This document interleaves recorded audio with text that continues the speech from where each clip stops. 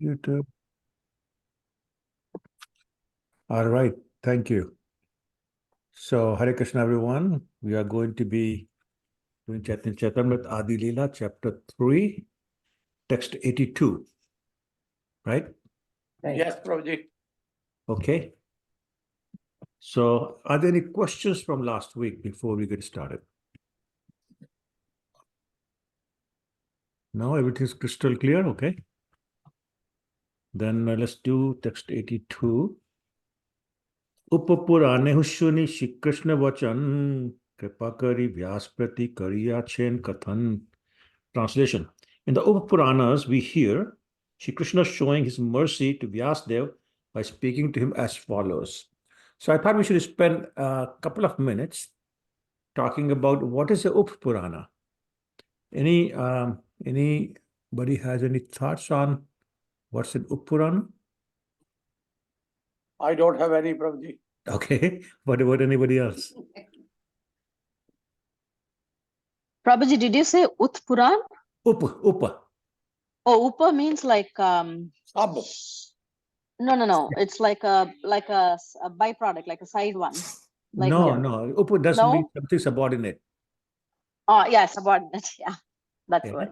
So, okay. So I just thought I'll ask if anybody has any thoughts on what that is. Otherwise, we'll just discuss a few minutes about that. Okay. All right.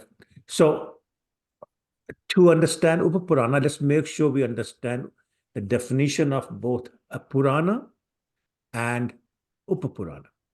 So you may recall maybe 3 weeks ago, 4 weeks ago, we discussed that all the great Puranas, which are 18 of them, have 10 subject matters.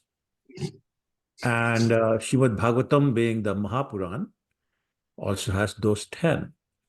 And actually, there are a couple of places in Srimad Bhagavatam, it describes the 10 subjects that it deals with. And one of the references I can remember is Canto 2, chapter 10, text 1, I believe, which says something like, Atta sargo visargascha sthanam poshanam utayaha manvantare ishanukatha nirodho muktir ashraya, which basically means it talks about primary creation, it talks about secondary creation, it talks about sthanam, which is planetary systems, it talks about poshanam, which is the protection by the Lord. It talks about Utaya, which is the creative impetus. It talks about Manvantar, which is the Manus, or the change of Manus, you want to call that. It talks about Ishanukatha, which is the pastimes, the activities of the Lord. Then Nirodha, which is going back home, back to Godhead. Muktir, which is liberation. Yes, thank you. Ashraya, which is the Ashraya of all of these things, the abode of all of the things, Samam Bonam, Lord Krishna. So these are the 10 topics that are discussed in Srimad Bhagavatam, and all the other 17 Puranas discuss these 10 topics. That's what they're called Puranas. And then I was reading, I think it was a purport in Srimad Bhagavatam. It might have been actually this very text. Anyway, the purport, in the purport, Srila Prabhupada said that according to Jiva Goswami, these 10 topics that I just mentioned are found within each of the 12 cantos. And he said that the reason for mentioning that by Jiva Goswami is that some people insist that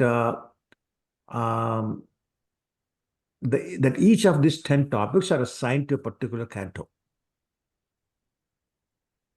And what is saying, sorry, Jiva Goswami is saying, Prabhupada mentioned that Jiva Goswami is saying that they should not do that. Nor should anybody be artificially interpreting Srimad Bhagavatam to show that Srimad Bhagavatam deals with these topics successively, like first creation, the second creation, and so on and so forth. It doesn't do that. The simple fact, according to Jiva Goswami, is that all aspects of these 10 topics are important to human beings. Um, um, and they're described to various degrees of emphasis and analysis actually throughout Srimad Bhagavatam. So each canto contains some degree of emphasis and analysis of each of these 10 topics in each of the cantos. Okay, and basically, as you were saying that, look, these 10 topics are a summary of everything that's important to us human beings, and therefore it's dealt with in every canto of the Srimad Bhagavatam. Then he goes on to say, Shri Goswami goes on to say that the lesser Puranas or the Upapuranas deal with only 5 of these topics. So Puranas deal with 10 topics, as we just mentioned, and Upapuranas mentioned, or rather deal with only 5. And they are same as before: creation, secondary creation, the dynasties of the kings, all the dynasties we talk about, the Manus, and the activities of the various dynasties. So that's 5. So once again, creation, secondary creation, the Vanshas or the dynasties of the kings, the Manus, and the activities of the different dynasties. Okay. Then the question comes: who wrote these Upapuranas? So Srila Jiva Goswami says that various sages have compiled these Upapuranas after Vyasa finished compiling all the 18 Kamala. Although some people say that some of these Upapuranas are compiled around the same time as the other Puranas, and they give the example of Nrsimha Purana that's compiled at the same time. And see what else. The reason they call Upapuranas is not only because they deal with only 5 of the subjects, but they're basically taken as subsection of the major Puranas. And the contents are generally the same as those of the major Puranas. So there's nothing new in them. For whatever reason, some sages decided to take some sections of the major Puranas, put them all in one, and then they call it Upapuranas. That's basically what I want to say. Any questions or comments on that?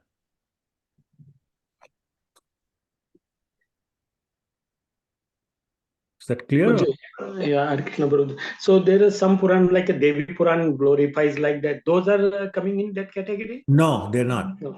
Okay. So I can give you, I don't know all the names, to be honest with you, but Okay. I know some of them. So for example, Sanat Kumar Upapuran, Nrsimha Upapuran, Shiv Dharma Upapuran, Vaman Upapuran, Brahman Upapuran.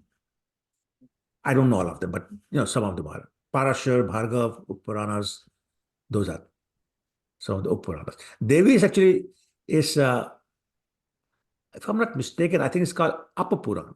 It's not really a Puran. Mm. Okay, Prabhuji. Anybody else? Any questions? So Prabhu, if the subject matter is the same as the Puranas, then was there any specific reason to write the Upapuranas?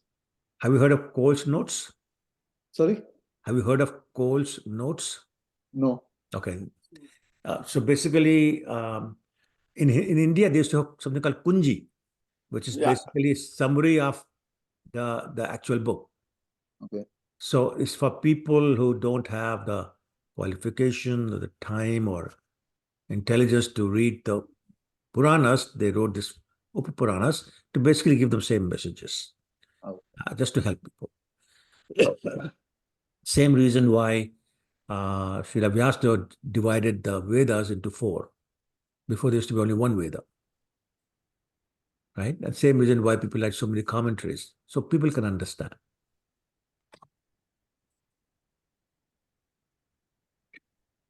Anything Hare else? Krishna, Hare Krishna Babu, I have a question. Gayatri, Hari Bol, yeah, go ahead. Hare Krishna, Hare Krishna. So for bhakti sadhaks, what's the purpose of the Puranas? What role do they play for? So say again, please. For the bhakti sadhaks, those that are Oh, trying to sadhakas, yes. practice bhakti, Yeah. what role do the Puranas play? Well, so one Purana that we basically refer to all the time is Srimad Bhagavad Purana. Oh, So Bhagavatam is in there. Okay. the one of the 18 is actually the biggest one. The Skanda Puran, Padma Puran, we're always quoting from them. Okay. They have, so you know that there are 18 Puranas, there's 6 each for mode of goodness, mode of passion, mode of ignorance, depending upon who's emphasized. So the 6 Puranas which are in the mode of goodness, they emphasize Lord Vishnu or Lord Krishna. Those who are mode of passion, they emphasize Lord Shiva. Sorry, Lord Brahma. And those who are mode of ignorance, they emphasize Lord Shiva. And again, also it depends upon the intelligence of the people and the mode they're in. So your Vishnu Puran, Padma Puran, Varaha Puran, Bhagavad Puran, they are the mode of goodness Puranas, right? Then you have what Brahman Puran, for example, is in mode of passion. Brahma Vaivarta Puran is mode of passion. Markandeya Puran, Vayu Puran, Bhavishya Puran, Vamana Puran, then mode of passion. Then you have Kurma Puran, Linga Puran, Shiva Puran, they are in mode of ignorance. But they all have certain purpose where they're describing either the Lord or the discussion with the Lord with somebody, or somebody is talking about the Lord. Right? So they basically give us the information on the science of God. Bhagavad Puran is considered the highest because it's the summary of all the Vedas, all the nectar you can imagine, that's all put into one book. Okay? Yeah, thank you. Sure, you're welcome. Anybody else? All right, then let's go to the next one. And that is text 83. Okay, let's see. Ahamev kochid brahman sannyas ashram ashritah haribhaktim grahayami kalo pap hatonaran. Translation. O learned Brahmanas, sometimes I accept the renounced order of life to induce people of the age of Kali to accept devotional service of the Lord. So, this is again Krishna speaking, and he's saying the sometimes I accept the renounced order of life. And as a sannyasi, I induce people to take up the devotional service. Yes.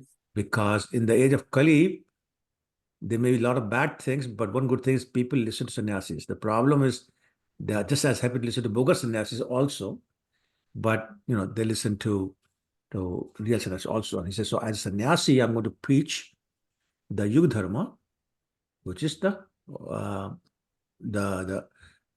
spreading of the holy name or the chanting of the holy name of the Lord. So he's declaring it that I'm going to do that.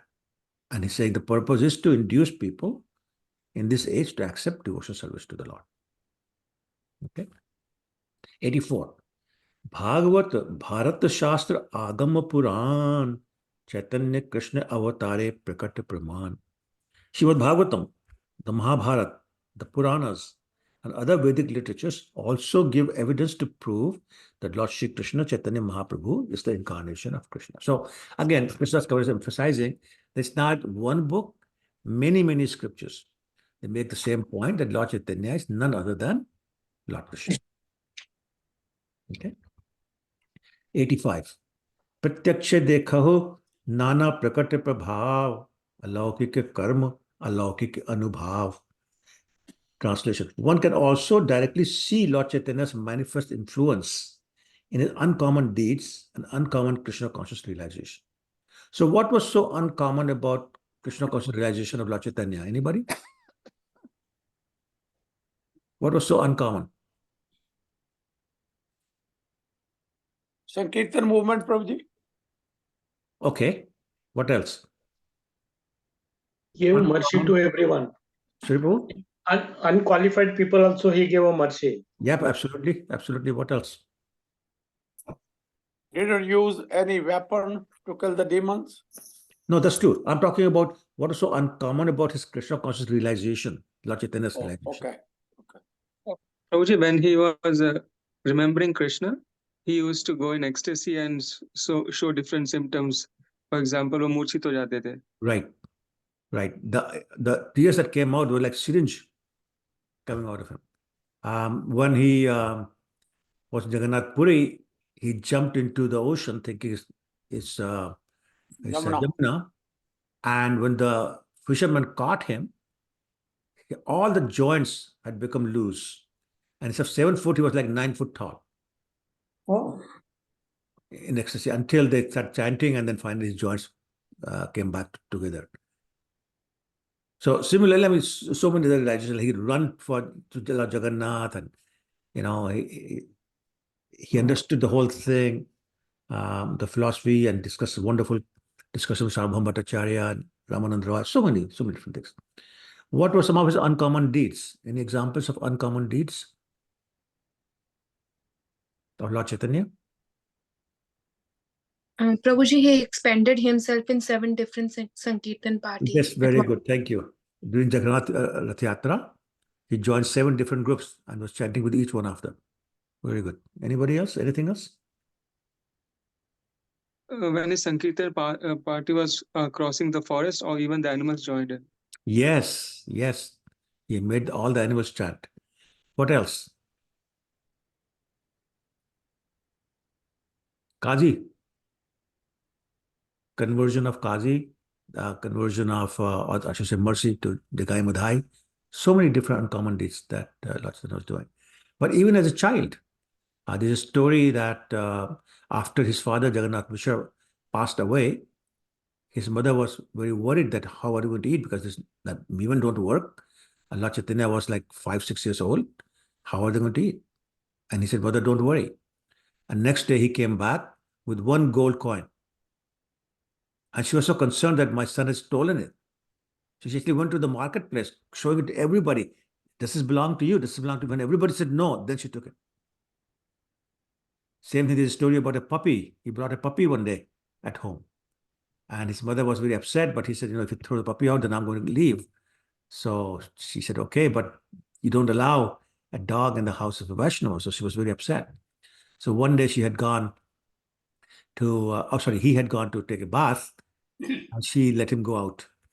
When he came back, there was no dog.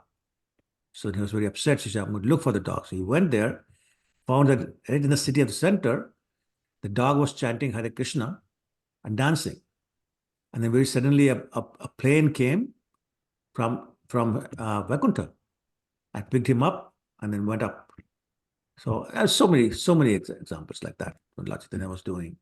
So very uncommon, amazing deeds. Like his ability to defeat Digvijay Pandit, what was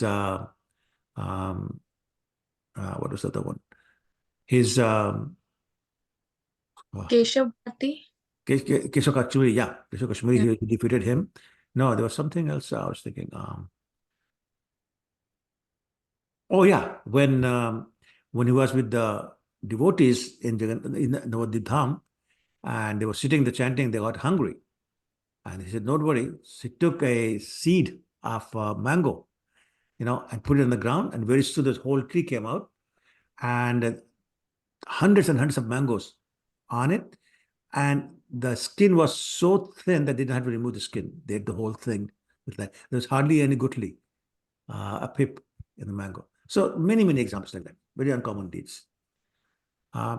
Somebody had a hand raised. Was it Punchal? Okay, Prabhu, I had one question here. Boliye. Depending on time, place, and circumstance, when we are talking about dog in the house, like a long time ago in India, probably a dog in the house would be a dirty dog, right? But now, like when we have dog in the house, they are so clean. So what do you think about that? So first of all, do you have a dog? My daughter, my daughter has the dog. That dog comes to my house sometimes. Okay. What can I say, Mataji?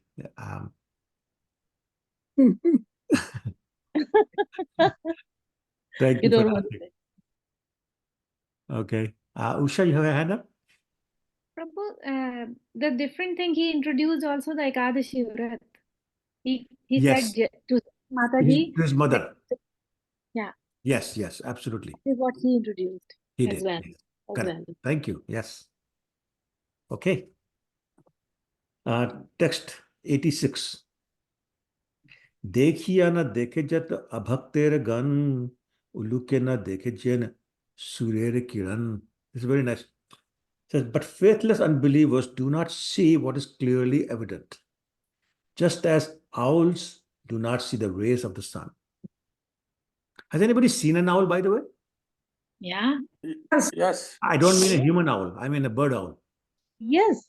Of Okay, course. just wanted to make sure. Okay, just wanted to make sure. So they're always hanging upside down, and they can't see in the daytime. So the Yep. reason the analogy is being given is when there's something very clear information and you can't see, that is like an owl because you can't see the daylight. And so the point being made here is that those people who are non-believers in the Lord and they're faithless, they have no faith in the Lord, they can't see what's clearly evident. They try to find some interpretation to that. Lord Krishna lives over the hill and they say it's not true. The scriptures talk about other things. Well, it's not true. How is it possible that 7-year-old boy can lift a hill? How is it possible that somebody can have joints come out so much that the height changes by 1 to 2 feet? They just won't believe it. And the point is that it's very clear evidence, explained so clearly, but they fail to see it. So they're being compared as an owl who cannot see in the light. They love to remain in ignorance, and they do whatever they do in ignorance, and they're happy with that. Okay. Text 87. त्वामशील रूप चरित परम प्रकृष्ट सत्वेन सात्विकतया प्रबलश्च शास्त्रे प्रख्यात देव परमार्थ विदाम मतश्च नैवासुर प्रकृतया प्रभवन्ति बोधम. Translation.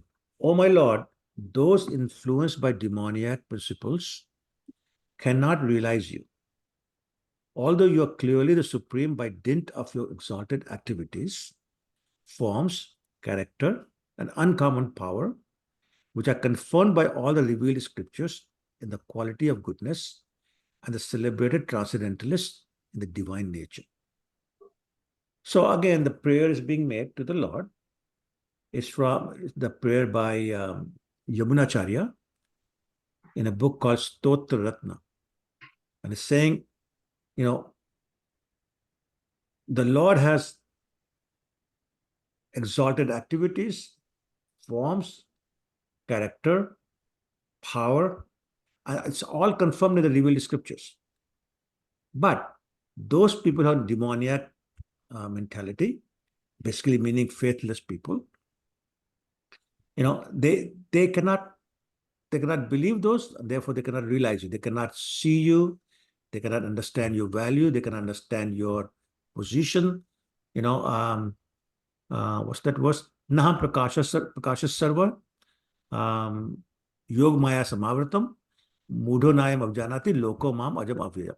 The mudhas, the faithless, the unintelligent, those are the avidya, they cannot see that I'm unborn, I'm inexhaustible, I'm transcendental. This cannot see all that.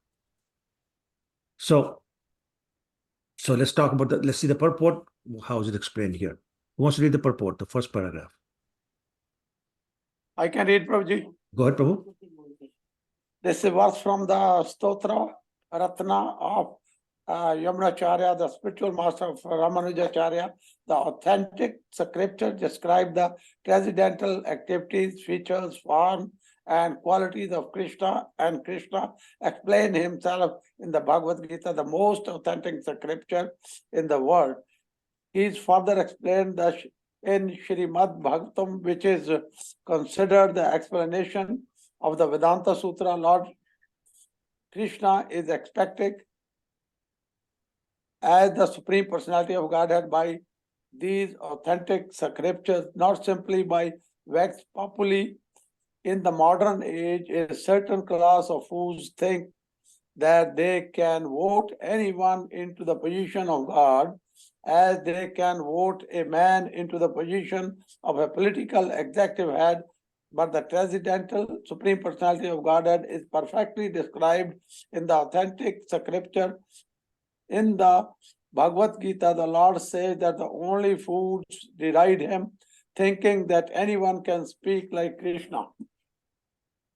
Right. So again, the point being made is that all the authentic scriptures, whether it's Bhagavad Gita or Srimad Bhagavatam, they describe Krishna as the Supreme Personality of Godhead. And unfortunately, some people, this term used here, a Latin term called vox populi, which means popular voice. So in the modern age, some foolish people think that they can vote anybody to become God. It's like a prime minister of a country or president of a country, they can elect him. Well, you cannot elect a God, because God has to have certain qualifications, and we cannot. Most of us, especially the fools among us, cannot appreciate that. How can we vote somebody to become a God? This makes no sense. And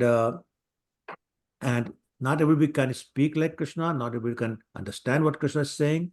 It requires certain qualifications. It requires certain amount of surrender. It requires certain amount of guidance by a spiritual master. So these are all bogus. That when people think that they can simply vote somebody to become God. Okay, next paragraph, please. I can read, Prabhu.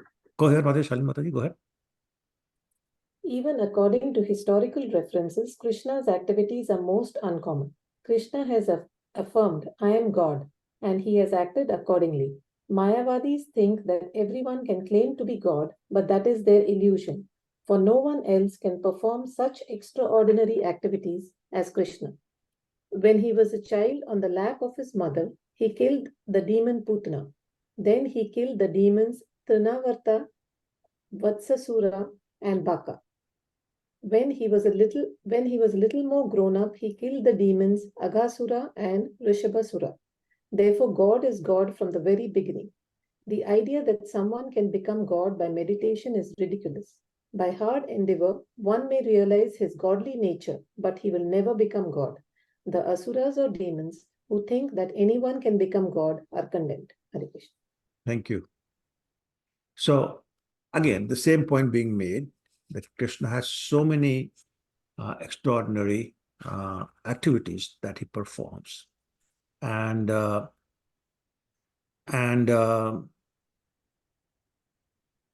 those activities are not humanly possible. Examples have been given, killing Putana, who was 12 miles long when he was simply 6 days old.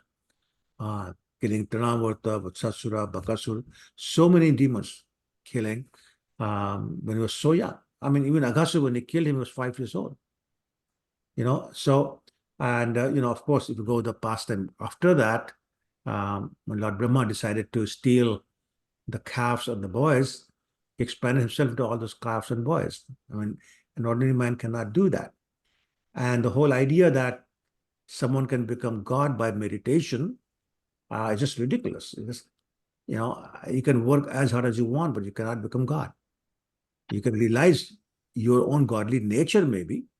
You can realize your own nature, maybe. You can realize who God is, maybe, but you cannot become God. And as a matter of fact, Srila Prabhupada was so particular about it, because once some of his devotees started saying, but Prabhupada, you are God to us. And Prabhupada said, no, that's a very dangerous thought process, because that means that tomorrow when you become a guru, you'll become God. And that's not possible. So therefore, a guru remains the servant of the God, representative of the God, but not God. And for anybody to claim that he's God is just simply bogus. And we talked about it, I think, in the last meeting. What's the criteria for somebody to be considered God? What's the main criteria? Anybody remembers that? He possesses six opulences. Except we don't know. Like No, we no, don't know. scriptures. Scriptures. Yes, Scriptures. it must be mentioned in the scriptures. Scriptures. Yeah. Okay, great. Thank you. Next Can paragraph. can I read, Prabhu? Of course you can. You want to give darshan also, will you read? Oh my God. Thank you, Prabhuji. The authentic scriptures are compiled by personalities like Vyasadeva, Narada, Asita, and Parashara, who are not ordinary men. All the followers of the Vedic way of life have accepted these famous personalities whose authentic scriptures conform to the Vedic literature. Nevertheless, the demoniac do not believe their statements, and they purposely oppose the Supreme Personality of Godhead and his devotees. Today, it is fashionable for common men to write whimsical words as so-called incarnations of God and be accepted as authentic by other common men. This demoniac mentality is condemned in the 7th chapter of the Bhagavad Gita, wherein it is said that those who are miscreants and the lowest of mankind, who are fools and asses, cannot accept the Supreme Personality of Godhead because of their demoniac nature. They are compared to ulukas or owls who cannot open their eyes in the sunlight. Because they cannot bear the sunlight, they hide themselves from it and never see it. They cannot believe that there is such illumination. Yeah, thank you. So interesting that these names are mentioned here, Vyasadeva, Narad, Asit. Anybody recall where Arjun mentions these names or some of these names? Ahustvam Rishaya Sarve Devarishira. Chapter 10. Okay, Avani Mata's got it. Go finish, Mataji. Ahustvam Rishaya Sarve Devarishira Naradastata Asito Devalo Vyasa Swayam Cheva Bravishimi. Hari bol, very good. Thank you. Yeah, so Arjun is making the point, Parabrahm Param Dham, Paritto Paramam. So he's saying that you are supreme abode. You're the supreme person. And Adi Devam, Adam Vibhum, you are the original personality of Godhead and, you're unborn, all those things saying. And I said, but my dear Krishna, it's not just me saying that. And he refers to these people. He said, Vyasadeva is saying that, Narada Muni is saying that, Asit is saying that, Devala is saying that, and therefore it must be true. So yeah, these are very authentic, very authoritative people who are considered, whose credentials are considered exquisite by everybody who knows. And therefore, whatever they say, they've written the scriptures, they are to be believed. But again, in 7:15, Krishna says, Bhagavad Gita, chapter 7, text 15, he says, Namam duskritino mudha.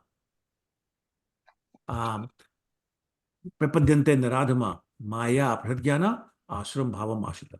That people in asuric mentality, those whose intelligence has been stolen away by the external potency of mind, and those who are mudhas, who just fools who don't know why they're doing what they're doing, they don't accept me. Naradhama, the worst of the lowest of the humankind, they don't accept me as the God because their intelligence has been taken away completely and they're in demoniac mentality. So here in this, the previous verse, these people are the ones when compared with the owls because they see the light in terms of the scriptures. They see all the information in the scriptures as the light, which is vidya, but they don't see that. They want to stay in avidya, in the ignorance, darkness. Therefore, they don't believe any of the scriptures. No, this is not. Who knows? How do I know it's true? How do I know it's not changed? It's been coming down for so many generations. Something must have changed in the middle. How do we know it's not changed? All those nonsense arguments. Basically refusing to see the light. So I really like that last line here. Because they cannot bear the sunlight, they hide themselves from it and never see it. They cannot believe that there is such illumination. They cannot believe that this is true. The scriptures are right. They cannot believe that. So they reject the scriptures, but they'll take this so-called scriptures, so-called self-realized people writing so-called nonsense. They don't have a problem with that. Okay. Any questions on that? Hare Krishna, Prabhuji, and Dandavat Pranam. Hare Krishna. Prabhuji, I'm wondering, as we're going through this purport, I mean, like all the people who believe in impersonalist form, aren't they slightly deviated from their actual philosophy? Like their guru, whoever who started whatever, have started it as personalist, but slowly, because as we say, it watered down, and then people start believing that their gurus are the god, like Christianity. Like Jesus never said, I am the God. He's keep on saying, I'm the Son, and there is a God. But then slowly, people deviated from their philosophy and they start calling him the God, Correct. and so forth, right? Correct. So I'm just thinking, like, it's wonderful of Prabhupada to just cut it there and then. Like I always feel like with Sikhism, never Guru Gobind Ji has said, I am the supreme. But then people start, just people use their own interpretation and believe it's something else, and then they start preaching something else, and it becomes a whole new religion. Correct. That's exactly. Even though we keep on saying they all have the same common goal, of course they do, but because it is so deviated, it looks different now. Yeah, very true. Very true. This Yeah, is exactly what's happened. Mhm. Christianity and Sikhism, in impersonalist. I mean, Lord Shiva is the one who's the purest of the devotee, topmost devotee. Vaishnava Jathashambhu was given instructions to come write this, but he's the one who wrote Jagannathashtakam. He's the one who wrote Radha Prakatash Bhajanam. He's the one who wrote about, Bhaj Govindam, Bhaj Govindam, Bhaj Govindam, Munumate. All those things. He wrote so many devotional songs, proving that Krishna is a real person and he's a supreme personality of Godhead. But his devotees, his disciples don't want to believe that. What can you do? But that's the thing. It's like everybody have their own interpretation to it, Correct. and everybody feels that they are right. So, Well, that's very, very true. I mean, let's take Bhagavad Gita. So many bogus interpretations of Bhagavad Gita. There's one person who writes that there's no Krishna, there's no Arjun, there's no Pandavas. Krishna actually is the soul, and Pandavas are the five senses, and it goes from there. Madan Mohan Malvi talks about Karma Kanda only. Radha Krishna talks about Karma Kanda only. It's all about karmas. And these are very qualified people in the mundane sense. Radha Krishna was the president of the country, second president of the country. Right? but that's the thing, Prabhuji, because we start seeking spiritual knowledge from a banker. He will give Exactly. his banking interpretation to the Bhagavad Gita. You got it. So That's if such a we great ask example. politicians to write commentary on Bhagavad Gita, they will definitely write it from the karmic perspective. Exactly. You got it. That's exactly right. That's exactly right. And that's what's happening. And people are happy to believe it because, hey, they voted them in the power. So therefore, it must be right. I mean, now the new trend is treating the Bollywood stars as God. So there's a Rajinikanth temple, there's a Sanjay Dutt temple, and I'm sure there's more coming. What can you do? Bullet temple, Prabhuji, I heard somewhere there's like people treating Bullet as Bhagwan Ji. मैंने बोला बढ़िया है. Treating who? It isn't In somewhere in Rajasthan. Oh, They really? treat it as a Bullet temple, Prabhuji. Oh, my God. Bullet Baba temple. Ignorance. Unbelievable. People are so much in ignorance. Nothing else. That's right. You're right. And they don't want to come out of their ignorance. And they're very proud of their ignorance. But the problem is that one person is, jumping in the river, then people are following. Of course. They are more That happens blind. all the time. All the time. And actually, Prahlad Maharaj says exactly that. Andha datha andhe rupniye mana. The blind following the bile, they're blind and they all fall in the ditch. It's the sheep mentality. Wherever the lead sheep is going, everybody goes, doesn't matter where it is. So that's exactly what's going on.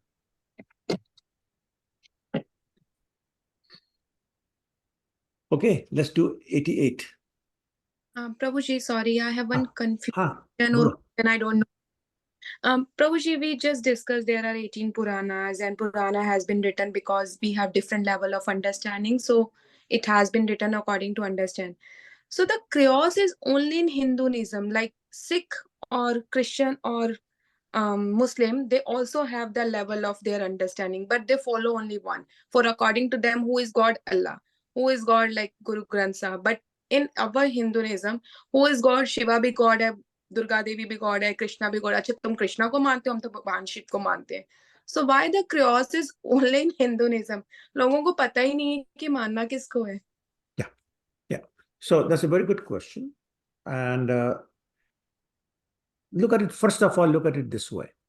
How long ago did Sikhism start? Right? 300? 1050? 500. 500. How long ago did Islam start? 1500 years ago. Sorry? 1500 years Yeah, ago. exactly. How long ago did Christianity start? 2023 years ago. Judaism, how long did that start? A little bit more. The Judaism, oldest one is Hinduism. 3000 The years ago. eternal. Before that, there was nothing. When did Sanatana Dharma start? It was eternally there. Eternally there, right? So now what happens? When something has been there for so long, different people come up with their different interpretations because they want to prove. Oh, I'm sorry, I have to plug my laptop in. Just 1 second, please. Okay, I'm back in business. So different people give their different interpretation. Now, there's a very wonderful verse in Mahabharata. I don't know if I can remember it, but I'll try. Tarko pratishtha shutiya vibhinna nasa varishya vibhinnamataya.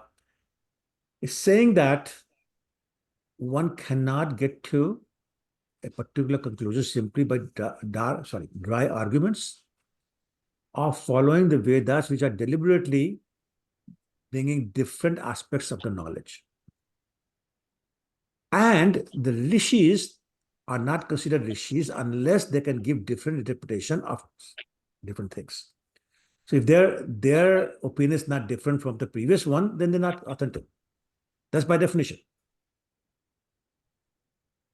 Then it says, Dharmasya nihita guhaya mahajanojan gata sapanta. It's like that the religious principles are very hard to understand because they're hidden in the heart of the people who know. Therefore, for lay people, the only path is that you follow the path of the Mahajanas. Okay? It's a very famous verse. I screwed it up. I can't recall the whole thing, but it's something like that. The point I'm trying to make is that, therefore, over a long period of time, different people came with the different opinions. Because that's what they were expected to do. And then they each ended up having their own followers. So imagine over billions of years, how many different opinions, how many different followers. Then what happened was that one of the basic tenets of Sanatana Dharma is tolerance. So therefore, if you think this, okay, fine. If you think that, okay, that's fine. As long as the bottom line doesn't change. So in the old days, people had different opinions, but they all agreed that Krishna was the Supreme Personality of God. Or Krishna's incarnation. So Lord Ram, Lord Nrsimhadev, everybody agreed, but they had different processes. But over more time, it got perverted, where the real knowledge started disappearing because people got so much into details, they forgot the thing. It's like there's an expression, learn to read between lines. Have you heard that? Yeah. But my point is that some people are so good at reading between the lines, they forget to read the lines. Right? So that's what happened. Everybody was getting busy with the interpretation, but they forgot the bottom line. It's the Krishna as incarnation or Supreme Personality of God. And then the language came in the picture. Everybody, they started using the word God for everybody, but they didn't mean that. They meant demigods, semi-gods and gods. But somehow the prefix disappeared. Everybody just became God. So Surya is also Bhagavan, Chandrama is also Bhagavan, Indra is also Bhagavan, Brahma is also Bhagavan, Shiva is also Bhagavan, Devi is also Bhagavan, Krishna is also Bhagavan. Sab ek hi to hai. Everybody is same. That's when the problem started. But this happened over a very long period of time. And combined with the tolerance that's inherent in Sanatana Dharma, it just became as bad as it is today. So that's basically what happened. Now, people don't even read whatever they were reading before. Just like, oh, I've seen this somewhere. Oh, I saw my grandma do this. Or I think it's this way, therefore it is this way. No more argument. So you can imagine over such a long period of time, that's what happened. So for example, in Islam, it's only 2,000 years old, 15, 1600 years old, but even there, there's already two sects. And why are there two sects? Because one feels my person should have been the successor to Muhammad. No, my person should have been. But you killed my thing. And so now they're fighting. And that's only 1600 years. Imagine 3600 years now, there will be three sects.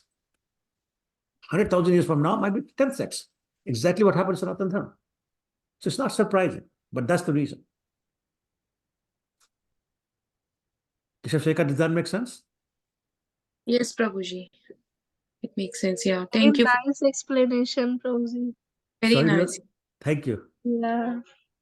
It makes sense and it is more clear now. I'm always confused on that. Why there is a chaos in Hinduism only. Yeah. Every clear concept like, okay, Allah is Allah and Christian, Jesus is there. But in our Hindu, everyone has their own God and everyone is God. Yeah, But because we tolerate. We tolerate. yeah. In Islam, they'll kill you. They call you kafir and kill you. Yep. Yeah. Right? Correct. Thank you, Prabhuji. Sure, no problem. Prabhuji, can I actually, add something little? Sorry? I said, can I add something little? Oh, yeah, please do. Yeah, of course. I was saying there is tolerance plus there is respect. Also true. Right? Because we recently, when we were reading, no, not in this actually, it was in Bhagavatam, we called Narad Muni as Bhagwan because he's on the level of the Guru. So sometimes people take it opposite. And Correct. other thing that I have been teaching my children is, when somebody says that we know one, because they have one book, it's easier for them. Then we have to say we have the whole library. Choose whichever way. That's right. You have one book, you have one path. We have library. We believe in having the whole stack of knowledge. We don't believe in one book because there is no right and wrong in our Sanatana Dharma. So, Correct. I also so vast. Also, Prabhu? So limited. Theirs is so limited. Ours is so vast. True. That's what having one book and having the whole library. There is a difference in that. That's right. That's The right. thing is, Prabhu, that even Guru Nanak Dev Ji also taught about the oneness. He Correct, he never did. named himself as God. Correct. He never said that. And even in Gurbani, there are many Gurbanis in which Krishna is quoted, Yashoda is quoted. Oh, yeah. Even. The names are there all over. There are Rama, Govinda. Yeah. Govinda, Yeah. Hari, but people are the one who are misguided, who are actually ignorant due to very small intelligence. They understood him differently and made him a god. Correct. As well as same thing happened with Buddha also. I think Buddha was, we say, is the incarnation of Krishna, but Buddha never claimed himself a god again. True. But you could say the same thing with Lord Chaitanya. But Lord Chaitanya, again, there are the people, yeah, Lord Chaitanya, but again, for the Lord Chaitanya, there are Vedic scriptures available. So is for Lord Buddha, though. But he never said, I'm God. I agree. I'm agreeing. I'm agreeing with you.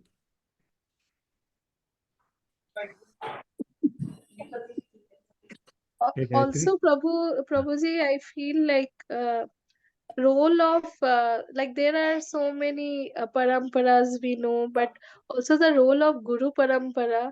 Like this is so special that Srila Prabhupada he has given us, because like it's the Guru Parampara through which actually I feel like Prabhuji Gurus they disperse the knowledge in a proper way, and that becomes so important that we know actually that what is right and what is wrong. when people don't teach us right things, we don't know like what is right and what is wrong. Absolutely. And there are assumptions. So Yes. like this is like really good, like through way of Guru Parampara, and when they focus so much on preaching, that's why like always everybody is asking like read scripture so that we know like what is God about. Yeah, very good point. Yes, I agree. Okay, Gayatri. Hare Krishna Prabhu, I had a question actually not relating to the discussion going on right now. Oh, So I'm just gonna kind of, yeah, go ahead. just 1 second. Somebody is on the same point though. But Makshimati, were you going to say something on the same point? No, I wanted you to tell this pastime about Rishabhasura. Who's that, Prabhu? Okay, okay. So I think Rishabhasura is same as Arishtasura, but I'm not 100% sure. Arishtasura. Okay, okay. I okay. think so, Oh, but I'm not 100% sure. okay, Prabhuji. Okay. Gayatri, go ahead. Sorry. So Prabhuji, it was regarding the Panch Tattva, and you know, you had mentioned that I think it's Advaitacharya who's the mix of Brahmaji and Sadash. No, is it Sadashiva Gadadhar and Brahma? Mahavishnu. Mahavishnu, sorry.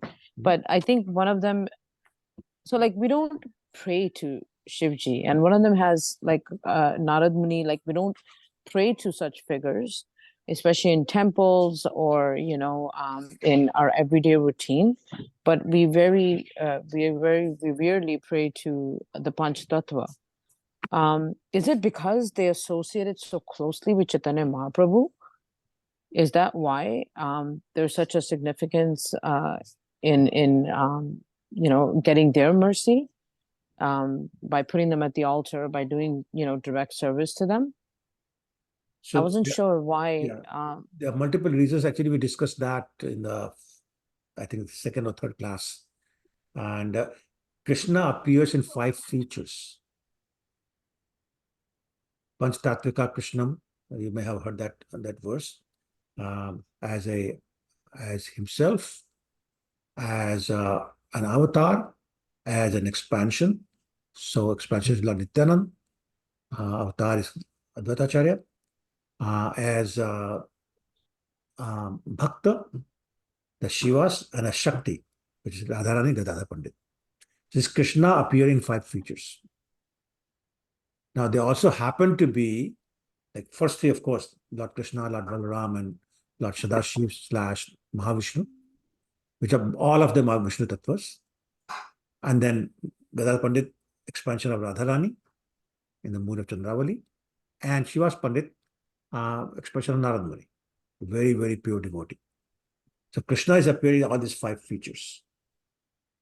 And they're all assisting. So we've been talking about Ang and Upang, appearing as Ang and Upang. So Lord Nityanand, Advaitacharya as Anga, and Shivas Acharya, Dadar Pandit as Upanga. They are serving Lord Chaitanya in his mission to spread the holy name. So we take shelter of the devotees, we take shelter of the avatar, we take shelter of the expansion, and we take shelter of the Lord himself. But you're right, they're very, very, very key, and they're all very merciful. That's the other thing. Okay. Thank you, Prabhu. Sure. Sorry, I made you say it again. No. Don't worry about that. Don't worry about that. Okay. 89.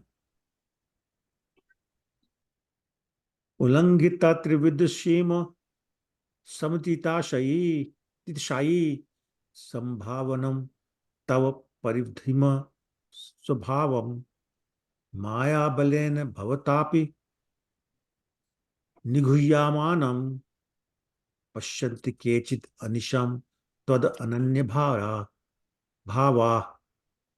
Translation. Oh my Lord, everything within the material world, within material nature is limited by time, space, and thought.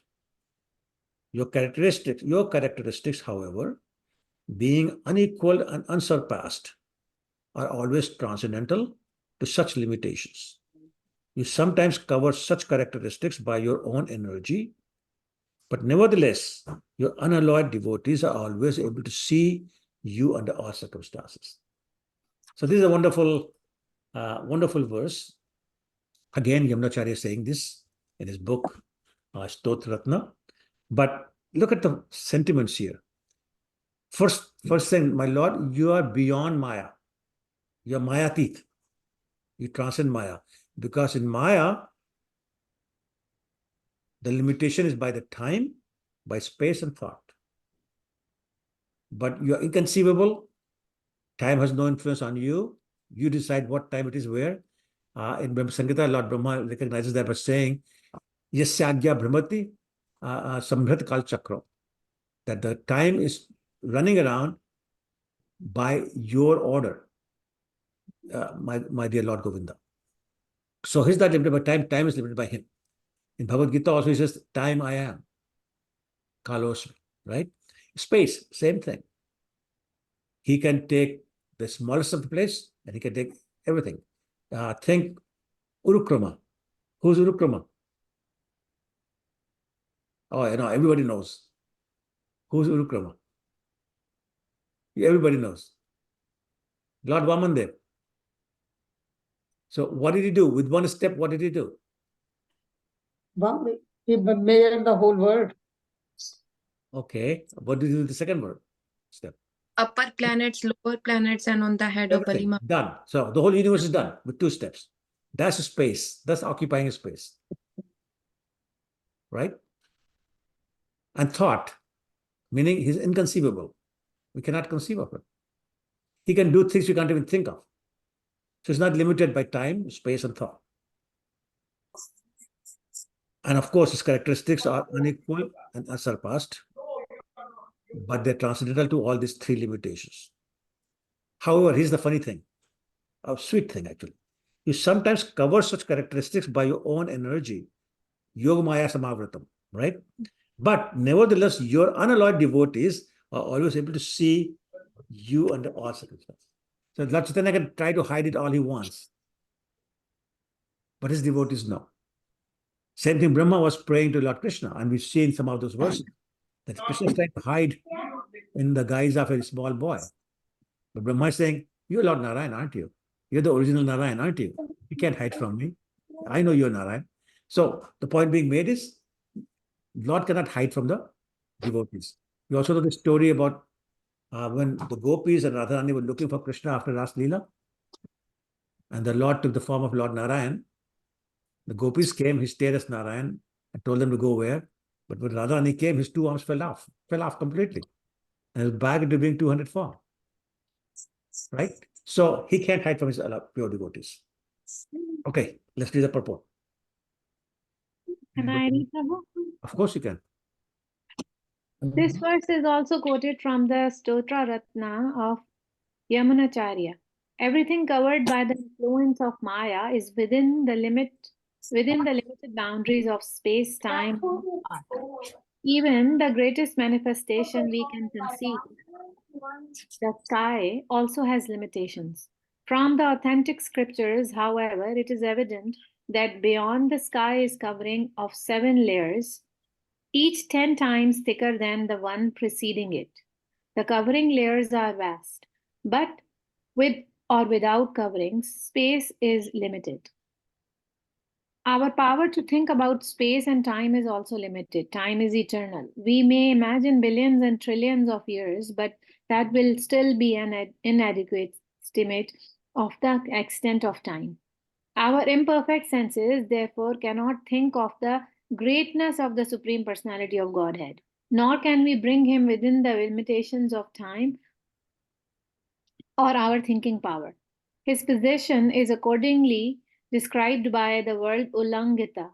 He is transcendental to space, time, and thought. Although he appears within them, he exists transcendentally.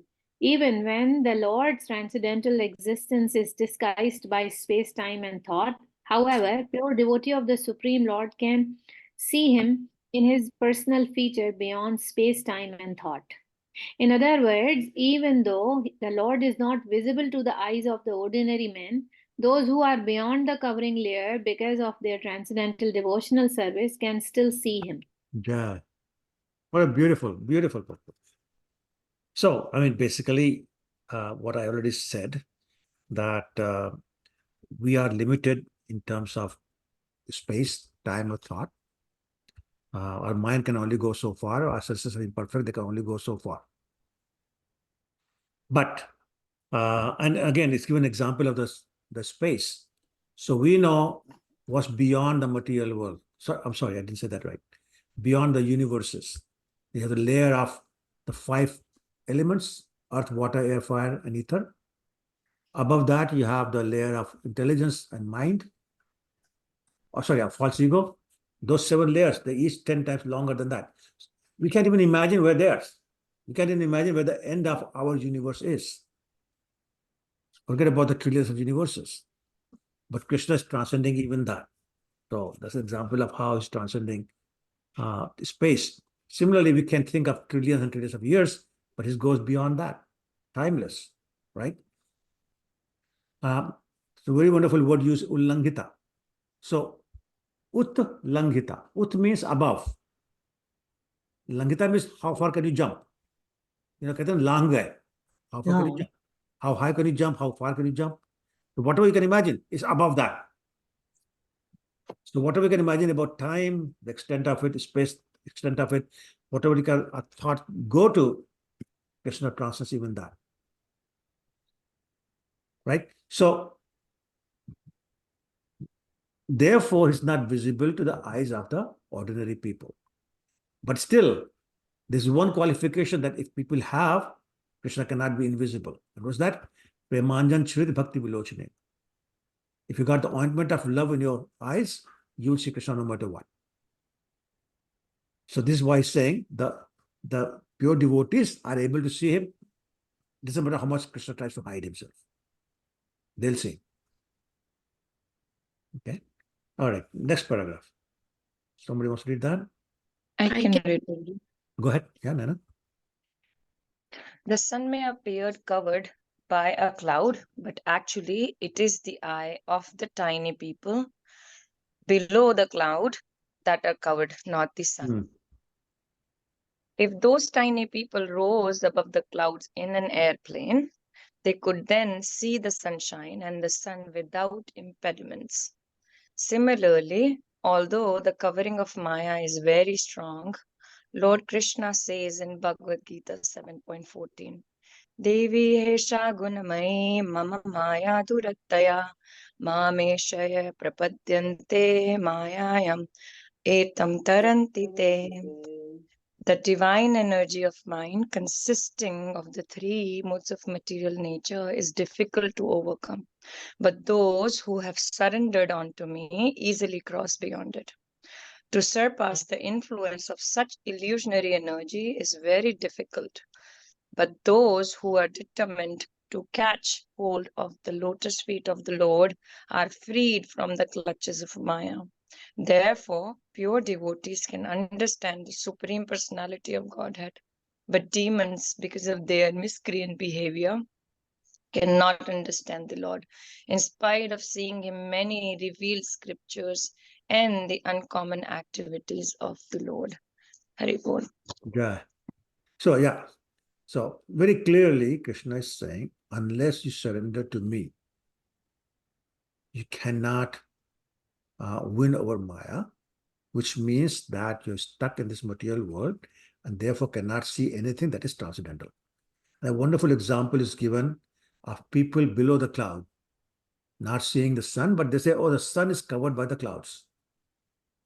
And Prabhupada is saying, no, sun is not covered. It's you who is covered. Yoga Maya Samavritam. You are the one who's covered. And actually, there was a man who said, you know, through my whole flight from New York to Delhi, there were no clouds. And I said, were you looking up or down? And he said, of course, up. Well, of course, it won't be because the plane is above the clouds.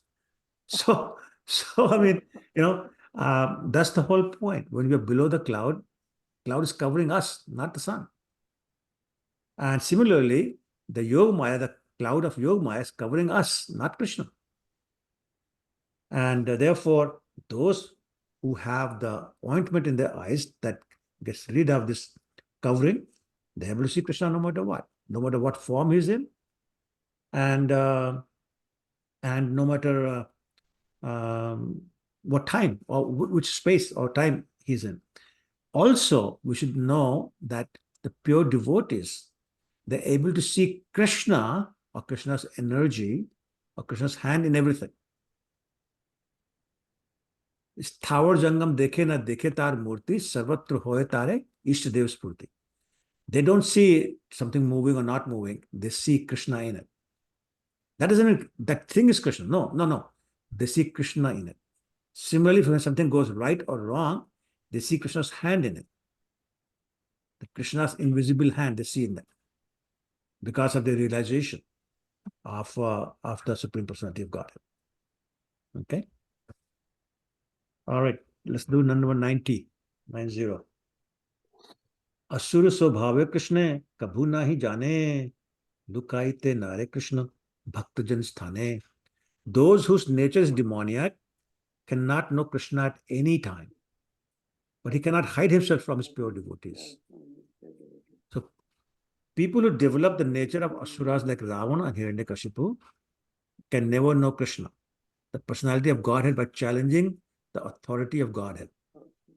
But Shri Krishna cannot hide himself from his pure devotees. So again, so many examples when the demons are seeing Krishna or Rama doing some unbelievable things, but they still don't accept that he's God. People are telling them he's God. They still won't believe it. But Rama and Kumbhakarna tried to tell him, Vishan tried to tell him, but no, he would not believe. Hanumanji came and tried to tell him, Angad came and tried to tell him, but he won't believe because of their demoniac mentality. But on the other hand, as a pure devotee, even if Krishna wants to hide, he can't because they see him anyway. Okay, 91. Dvabhat sargo lokesmin dev asura evacha Vishnu bhakta smrito deva asurastadi viparyayaha. Prabhuji, we're doing the 90th now. 91. We just finished 90. No, मैंने अभी 90 89th पढ़ा. Yeah, I know, but then I did मेरी 90. सब 90 हो गया. When you left, it turned your. Oh, sorry about that. That's okay. So now I'm doing 91. Okay, it's a wonderful verse. There are two classes of men in translation in the created world. One consists of demoniac and the other godly. The devotees of Lord Vishnu are godly, whereas those who are just the opposite are called demons. They very similar verse also in Srimad Bhagavatam, in the story of Ajamil. So basically saying those who are devotees of Vishnu, they are godly, and those who are enemies of Krishna or Vishnu, they are demons. Demons. Okay? Purport. Who wants to read the purport? Shall I read, Prabhu? Go ahead. This is a verse from the Padam Purana. Vishnu Bhaktas or devotees in Krishna consciousness are known as devas, demigods. Atheists who do not believe in God or who declare themselves God are asuras, demons. Asuras always engage in atheistic material activities, exploring way to utilize the resources of matter to enjoy sense gratification. The Vishnu Bhaktas, Krishna conscious devotees, are also active, but their objective is to satisfy the Supreme Personality of Godhead by the devotional service. Superficially, both classes may appear to work in the same way, but their purpose are completely opposite because of difference in consciousness. Asuras work for personal sense gratification, whereas devotees work for satisfaction of the Supreme Lord. Both work consciously, but their motives are different.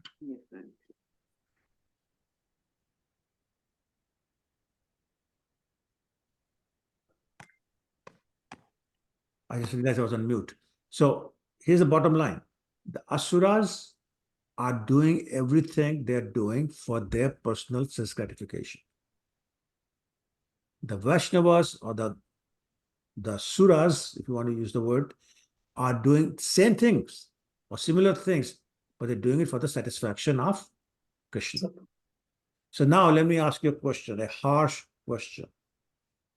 You're going to the temple and you're singing. but you're singing because you like being appreciated by all the people in the temple. Oh, what a great singer you are. So is that Sura or Asura? You're in the temple, you're singing devotional song, Hare Krishna Mahamantra. Asura, Prabhuji. Sura. Sorry, somebody says Sura, somebody says Asura. So one at a time. Nana, what did you say? I said Asura. Asura, You're doing okay. it for your personal satisfaction. Okay. Usha, you said something? If you are singing for showing off, it's Asura. Asura, okay, yeah. So I think we're agreeing.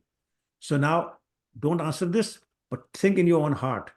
How often do you go to the temple with the Asuri mentality or with the devotional mentality? Don't answer it. Think about this. Okay? All right. Next paragraph, please. Somebody read. Can I read, Prabhu? Oh, go ahead. Usha, you saying something? I have a question. Go ahead. We sometimes ask, not all the times. I'm sorry. Hold on. Everybody else, please mute yourself. Everybody else, please mute yourself because I can't hear anymore. Okay. Sorry, Usha, go ahead. So, Prabhu, Huh. sometimes, like not sometimes, I myself, we are asuras sometimes. Like we're not thinking all the times about him, about Lord. And for example, if we are watching some movie, we are not watching it for Krishna. If it's not the Krishna movie, we are being asura at that time. Yes, you got it. You become self-realized now. Asura all the time. Or we can't be a What's that? Asura. We cannot be good, godly all the times. However, Krishna is in the head all the time. लेकिन अगर कोई movie देख रहे हैं तो उस वक्त तो नहीं होते. We are not watching it for his pleasure. Okay, so you're right. We're all agreeing with you. We're all agreeing with you, and we're also saying we're not devotees all the time. That's correct. That's a very true statement. That's why we're sadhakas. We're still trying. We're still doing trial and error. We're still struggling with our mind. We're still struggling with Maya, all those things. But Prabhuji, like with that definition, like even the known suras, the devtas, are actually asuras because they do so many things for their own personal satisfaction. Correct. That's correct. That is correct.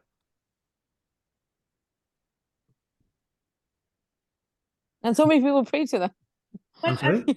And so many people pray to them, and there you go. like nobody's praying to Raman, but there's so many people. But they pray to them for their satisfaction. So you're praying to the person who's working for their satisfaction, for your satisfaction.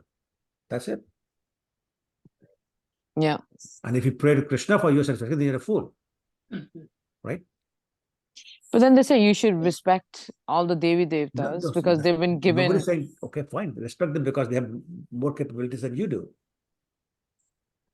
Right? They did more pious activities than we did. Right? That's why they became demigods. But they did pious activities for their satisfaction. So they did not go to Golok Vrindavan Dham, they went to Heavenly Kingdom.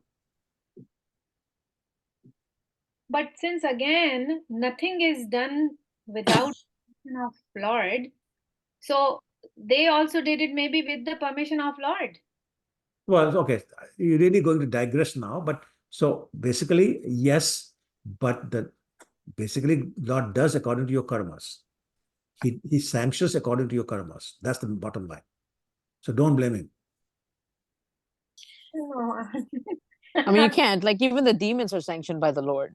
That's what I'm saying. And they're doing very bad things. Yeah. Exactly. But don't take sanction in that sense.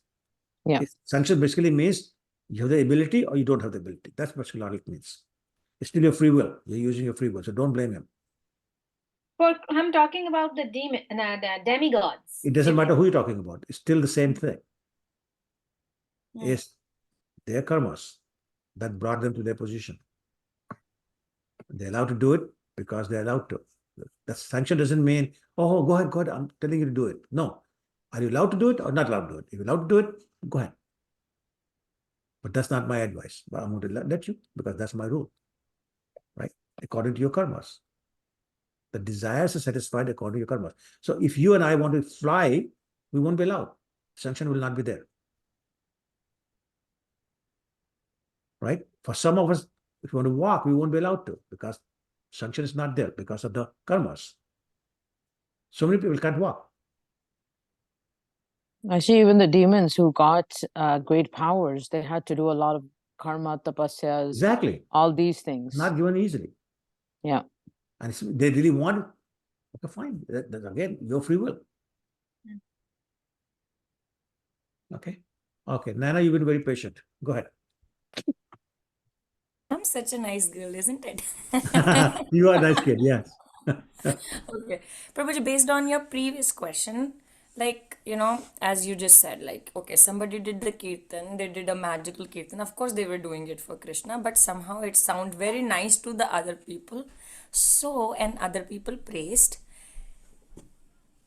Then okay, one thing, it's like, there are two, even it's the sense gratifications for the listeners too. Okay. Because maybe they were looking into, Sure, sure. कौन अच्छा गा रहा है उसका Sure. कीर्तन सुनना है. Sure, yeah. Right? That's true. That's One true. thing. And other thing, how to stay humble when things like that happens. Because sometimes, How to stay humble is so Mataji will great. make wonderful prasad and we keep on saying Mataji best prasad. It's not that you are like, you're trying to make that person puffed up or that person is puffing up. It's like you really want to genuinely say that you did a good job. So if I rephrase your question, it is, how do I stay humble when I'm so great? No.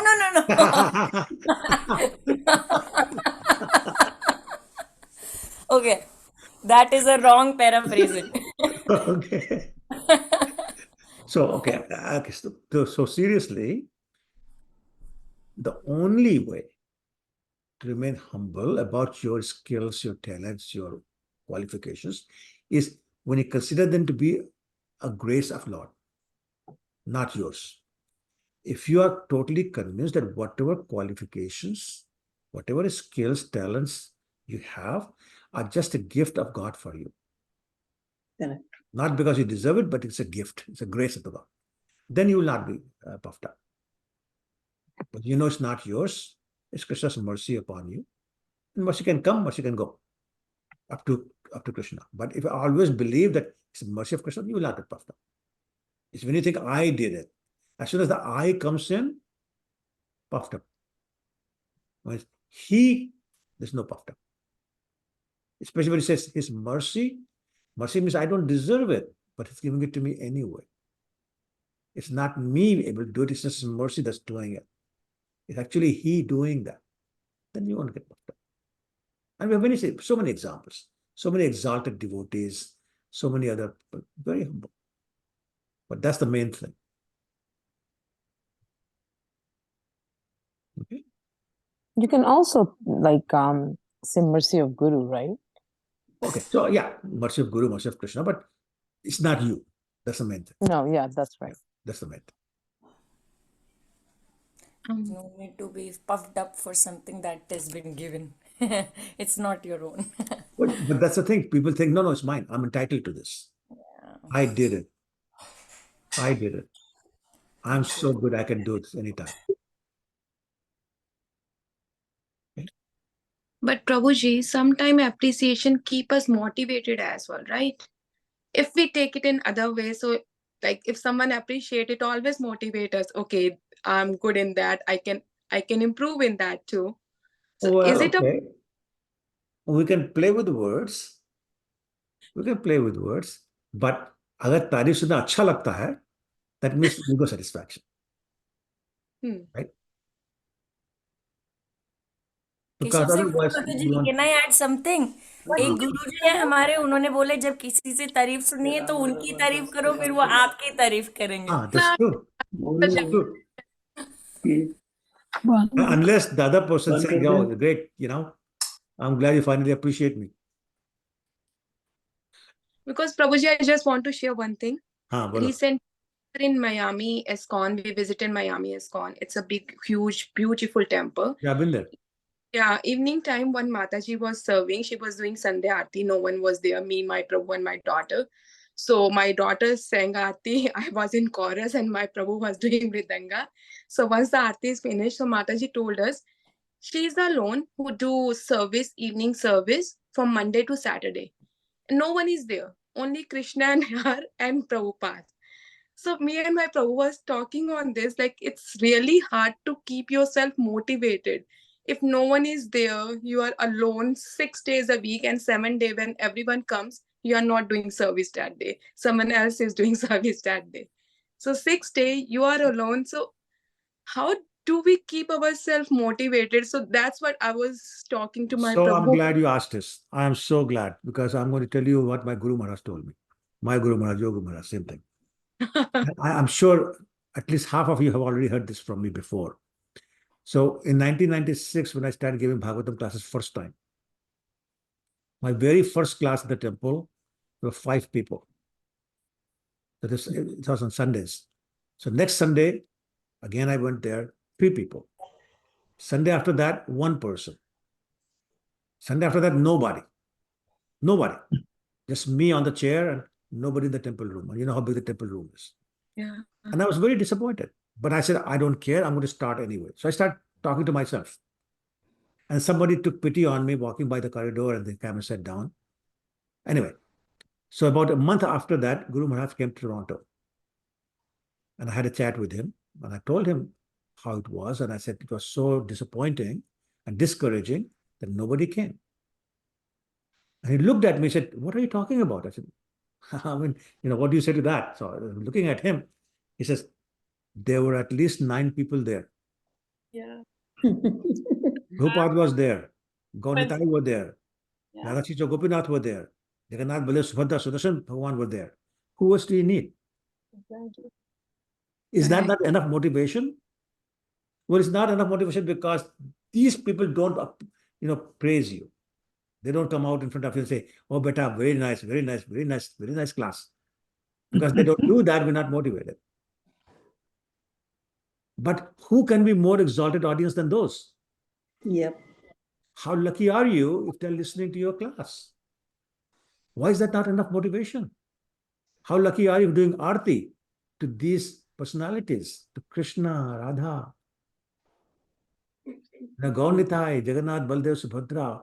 How much luckier do you need to be able to do that? Why is it not enough motivation? Because they're not praising you outwardly. That was my point. Our ego satisfaction is not there when it's just Krishna. It's beautiful, Prabhuji. But when you do the Kirtana, Aarti,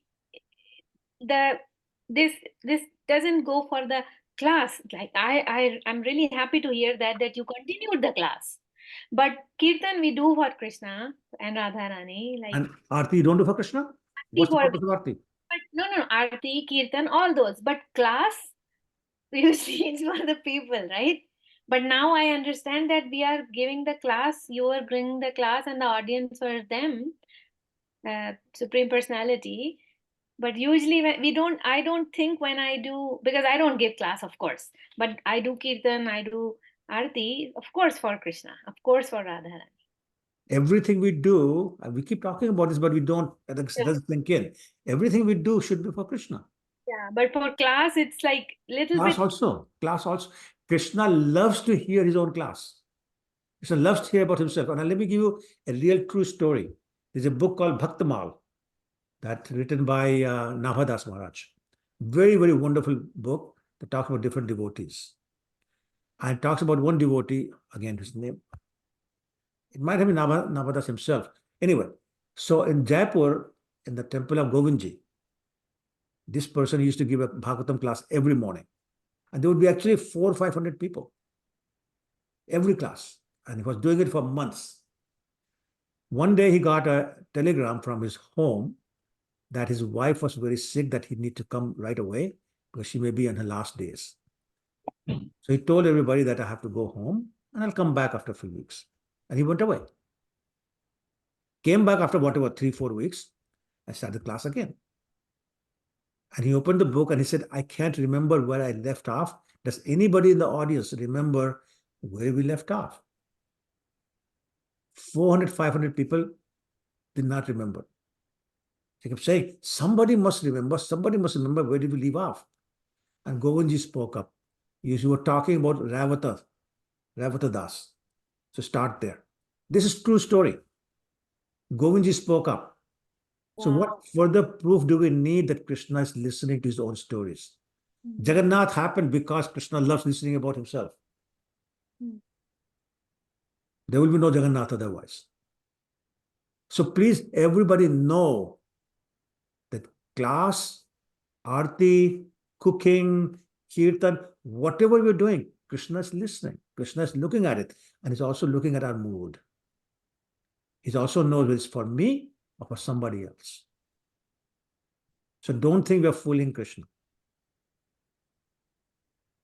And don't think Krishna is not participating. Don't think Krishna is not listening. And you know what? Remember the program in Kheturi when Narottam Das Thakur and Janma Mataji arranged Gaur Purnima program, and all the devotees saw Radha Krishna in person. They saw Lord Krishna, Lord Chaitanya, Lord Nityanand in person. They had left the material world long ago. Narad Muni was there, Lord Shiva was there. They all saw them physically present. Because the quality of chanting was there, quality of devotion was there. But my point is, they are there. We're not seeing them because we're not qualified. So don't take this lightly. I'm sorry if I'm so excited, but don't take this lightly. This is a big deal. Yeah. We do something, we do for Krishna. He's there. He's appreciating it. He's listening. When we offer a flower, when we make a garland, we have to have this faith. Krishna is watching me. Krishna is expecting this. When I finish it, Krishna will accept it. That's the right mood. That's the mood in which we should do devotional service. Then Krishna will accept. Gajendra's story, when he took the flower, everybody else saw the sky. Nobody saw anything else. Somebody must have thought, what is this crazy elephant doing, offering the flower to the sky? But Gajendra knew that Krishna is there. He's watching me. He's going to accept my prayers. He's going to accept this flower. It is for him. And he did. Krishna did accept it. Never forget that.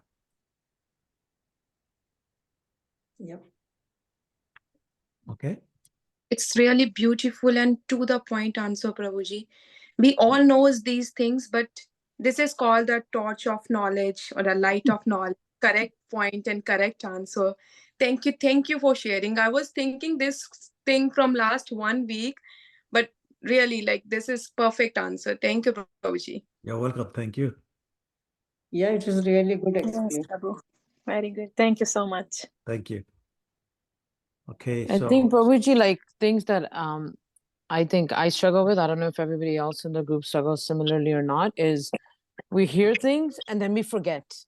We yes. hear things and then we forget, you know, and then Do we're you know going why? through the same kind of Do you know why? Because that's of one of the problems we have as defect we jivas. have. We are No. imperfect like that. No. Imperfect No. senses. No. No. Because everything comes from Krishna, the forgetfulness and the remembrance. Is it? Okay, that's too philosophical. But We don't realize it. There's no realization. It's only knowledge. yes, Prabhu. Yes, Prabhu. We don't internalize things. We don't do manan. Does everybody know what manan means? Yeah. Hmm?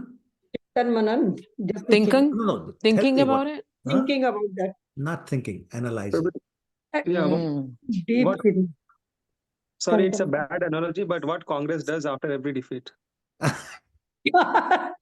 Correct. So Good one, Prabhu. So yeah, we don't analyze what we heard. We don't look at this from different angles. Say, okay, what does it really mean? We never ask the question, so how does it apply to me? Or how can I apply this to my life? We'll remember it only if we do that. Yep. It's like sometimes people say, oh, hit the mark. It touched my heart. That they will remember. But if they don't allow this to touch their heart, or they didn't hit the mark, or didn't think about this, didn't analyze this, then talk about themselves, about how it's going to apply, then discuss with other people, how will they remember it? There's so much details to remember. Most of it nonsense, but in all that, it gets lost. So somehow we have to learn how to analyze what we're hearing. First of all, we have to learn how to hear. And we don't hear because it's not a priority for us. let me give you, I'm sorry, it's gone past the time. I'll just give you 2 more minutes, then we'll stop. We go to a class, how many of us actually pay attention? Some of us are talking to each other, some of us looking at the cell phone, somebody looking at the clock, somebody saying, when is this guy going to stop so I can have prasadam? All that's going on. Or somebody had a fight with a wife or husband or child or neighbor or whatever, they're thinking about that. Somebody's thinking about, oh, this work day tomorrow, we got these things to do. Anyway, all these thoughts are there. They're not paying attention, not full attention. It's like all of you, I'm sure, have flown in the airplane many, many times. And at the beginning of the flight, just before it takes off, you hear the message come out, or in the old days, the air hostess will speak, another air hostess will demonstrate the safety measures. Right? How many of us pay attention? No. Maybe 10%. We've heard it so many times, and we know nothing is going to happen. We know nothing is going to happen. It's going to go there, fly and land it. So therefore, we don't listen. Now imagine the scenario. You're in the plane. It's been flying for 4 hours. At 38,000 feet. The hostess, the pilot comes on. I'm sorry, we're out of fuel. We're going to crash any minute now. Please listen to the instructions from the flight attendant. Now, how many of you will pay attention? Everyone. Everyone. Why? Why? What's the difference? What is the difference? The We're need about to of die. Because about to we are die. about to die and now we don't have any time to rescue. In other words, it's a crisis. In other words, Yes. we're in a crisis. When you realize crisis, all your attention is there. Our problem is we don't think we're in a crisis. Life goes on, masti kar rahe hain. Kal Netflix dekhenge. Tomorrow is birthday party. 3 years from now, my son will get Christmas party. Huh? Christmas party aa rahi hai.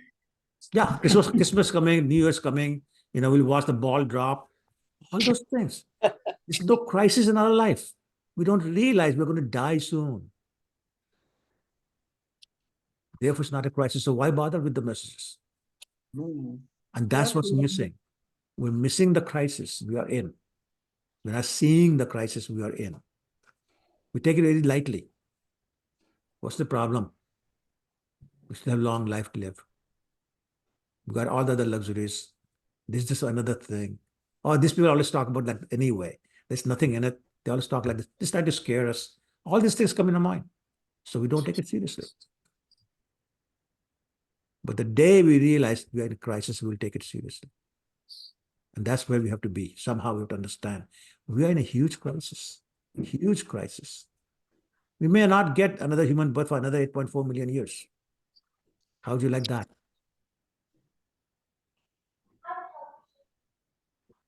So the message is we have to understand we are in a crisis. We have to understand how we're going to deal with this crisis. We have to understand who is going to save us. We have to understand what happens after. Yep. And because we don't think along those lines, why bother?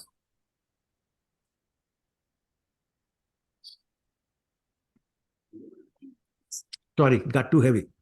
So I'll stop. It's the truth. Sorry, Usha? Yes, The truth. Prabhuji, but Truth that's is always heavy. real truth. Yes. Correct. Yes, it is the truth. Unfortunately, it is the truth. And the truth is always heavy. Yes, that's also true. Okay. Thank you, Babu. Thank you. Pancha kalpatarubhyascha kripasindhubhyo. Sitaram Amnibhyo Vaishnavibhyo. Srila Prabhupada ki jai. Hare Krishna. Thank you, Thank you. Prabhuji. Hare Krishna, everyone. Thank you, Prabhuji. Thank you, Prabhuji. Thank you so much. Thank you. Hare Krishna. Thank Thank you you. very much, Prabhuji. Thank you so much, Prabhuji. Thank you, Hare Prabhu. Krishna, Hare Prabhuji. Krishna. Thank you so Thank much. you, Hare Krishna. Prabhu. Hare Krishna, Mother. Hare Hey, Gautam. Hare Krishna. Hare Krishna. Thank you, Hare Prabhuji. Krishna. You're Thank welcome. you, Prabhu. Hare Krishna. Hare Krishna, Usha. Hare Krishna. Yeah, thank you so much. Hare Krishna, Prabhu. Hare Krishna, Prabhu. Hare Krishna, Mataji. Jai. Krishna.